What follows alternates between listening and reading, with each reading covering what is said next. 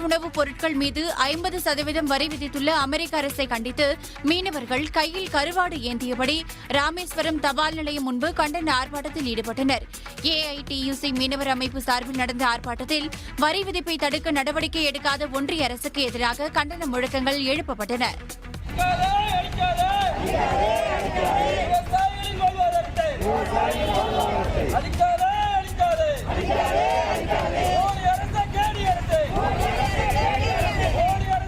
அமெரிக்காவின் வரி விதிப்பால் மீனவர்களின் வாழ்வாதாரம் கேள்விக்குறியாகியுள்ள நிலையில் இந்திய கடல் உணவுகள் மீதான வரியை குறைக்க ஒன்றிய அரசு நடவடிக்கை எடுக்க வேண்டும் என அவர்கள் வலியுறுத்தினர்.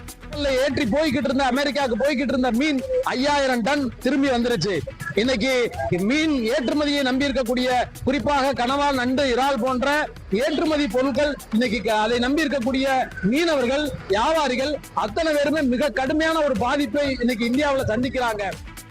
ஏஐடியுசி மீனவர் அமைப்பு நடத்திய ஆர்ப்பாட்டத்தின் போது ஹைட்ரோ கார்பன் திட்டத்திற்கு இடமளிக்காத வகையில் ராமநாதபுரத்தை பாதுகாக்கப்பட்ட மண்டலமாக அறிவிக்க வேண்டும் எனவும் வலியுறுத்தினர்.